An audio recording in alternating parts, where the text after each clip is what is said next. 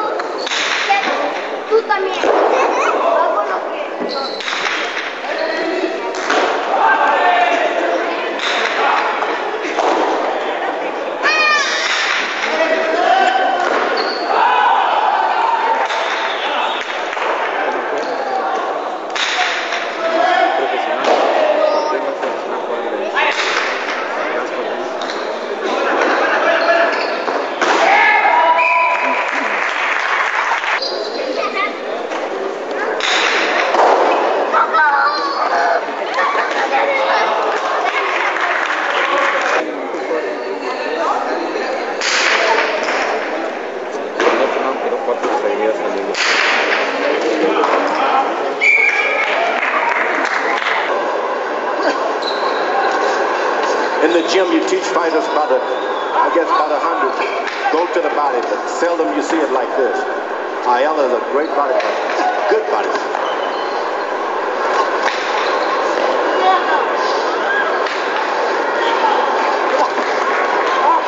Couple of fights down the road.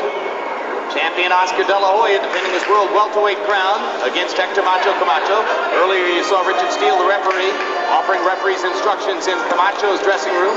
Right now doing the same for De La Hoya and assistant trainer Robert Alcazar, who was De La Hoya's trainer at the end of his amateur career, his trainer through the early part of his professional career, eventually deposed in favor of Jesus Rivero, the man that De La Hoya regarded as the old professor, brought in to teach him better defensive technique. Then out the door went Rivero when De La Hoya hired Emmanuel Stewart, and Alcazar is back to work with Stewart. Okay, and then come.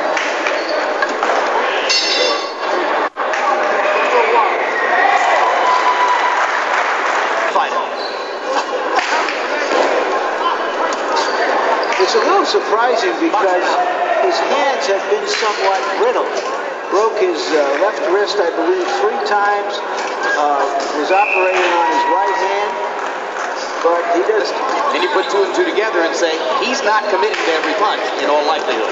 Yeah, you watch them as they throw their punches. The hand is wide open on some occasions, and he take a chance and make a tight fist. You gotta really watch it closely.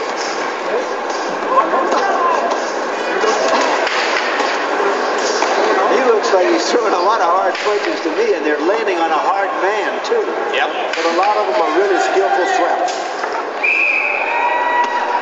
Qualified, so a referee has got to be careful. Don't let it get started. Give the guy something to think about is what you're saying. Medina back in that southpaw stance. Ayala able to land to the body and to the head. Came up with an uppercut after doing some solid work downstairs against Medina. Medina quite willing. Keeps coming back to set up for the exchanges with Ayala, and Ayala continues for the most part to beat his man to the punch. You got the 8th round coming up. You only got 3 rounds to go. You need to win these 3 rounds. We're at the other guy's hometown. You need to get going. George, Medina is spilling his guts out there, trying to do everything he can. He goes back to the corner and they tell him, you could do better. What has he got to think about that? Boy, maybe I need another corner. I know they got to wish the horse and keep Won't Ayala win. Certainly the better puncher. Now Medina's corner told him to pick it up, and he did. Okay, you know, you've rallied at the end of some rounds. That looks good, but why can't we do it for the full 3 minutes?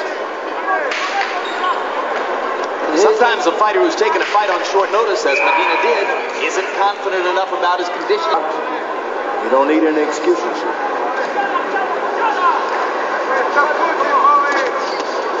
And if you're not an Olympic champion or a well-known fighter, you got to be ready for these opportunities. Ayala doubling up with the right hook there, sticking the jab, sticking the jab. He's worked a little bit more upstairs in these last couple of rounds. After round of body work to be sore tonight. Boy.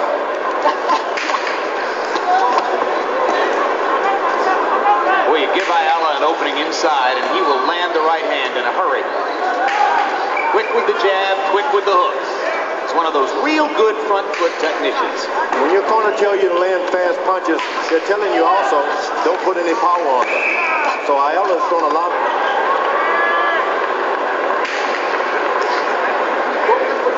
Live shot of Oscar De La Hoya in his dressing room. Later on tonight, professional fight number 26 for De La Hoya. Man is entitled to dictate the pronunciation of his name. All national sports media had to go from Dorset to Dorset. We'll learn this. Muhammad Ali, from Cassius Clay to Muhammad Ali. But the thing is, it's a cruel thing to be called something that you don't like being called throughout your life. Even if it's... Medina worked as hard as he could, throwing 99 punches by CompuBox. count, but he landed only 18 of them, 18%, while Ayala was 41 of 74. He's been over 50% all the way through the fight.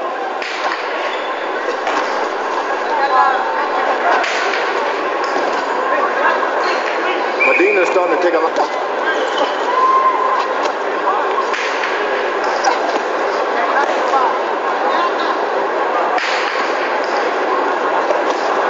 Medina has no respect for Ayala's punching power.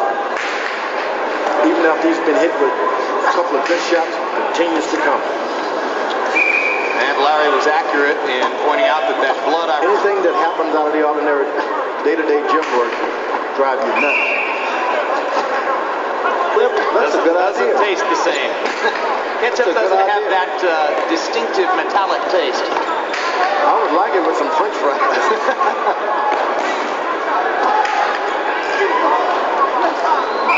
Ayala is landing some powerful punches. Use his speed. Yeah. All right. The judges are not going to give you this fight, so no way you're going to win. If you got any ambition, you need to get out there and knock him out. Last chance. Okay.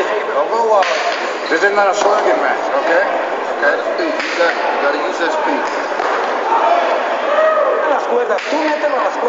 Don't let him get you up against the rope. You put him against the rope and throw him a punches. Make sure that right hand's the whole fight. Why he starts trying to use it now?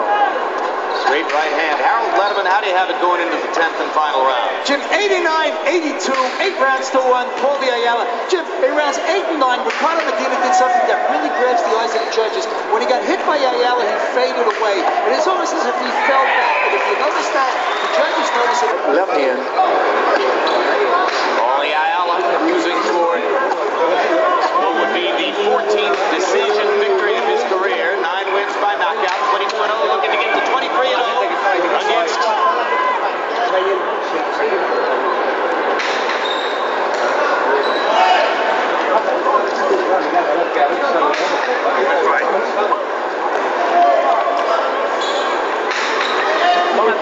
Final punch stat numbers from our CompuBox experts at ringside. 787 for 27%. What an effort by Medina in the last few rounds as he winds up throwing more punches than Ayala. Let's go to Michael Buffer to see what the judges thought. Ladies and gentlemen, by way of Caesar's Palace, we go to the Budweiser scorecards. Ayala!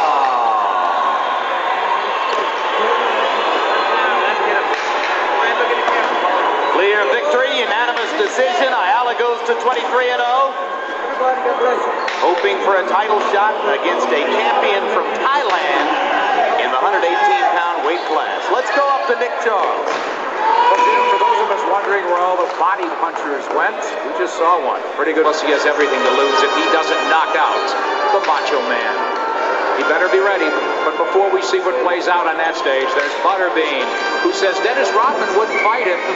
So instead, he'll take on... Much has been made of your training regimen for this fight. A few weeks in camp, less than 80 rounds of sparring. Is there any way that you perhaps may have undertrained for this? Clear that you want a knockout victory in this fight. Why is taking this guy out so important to you?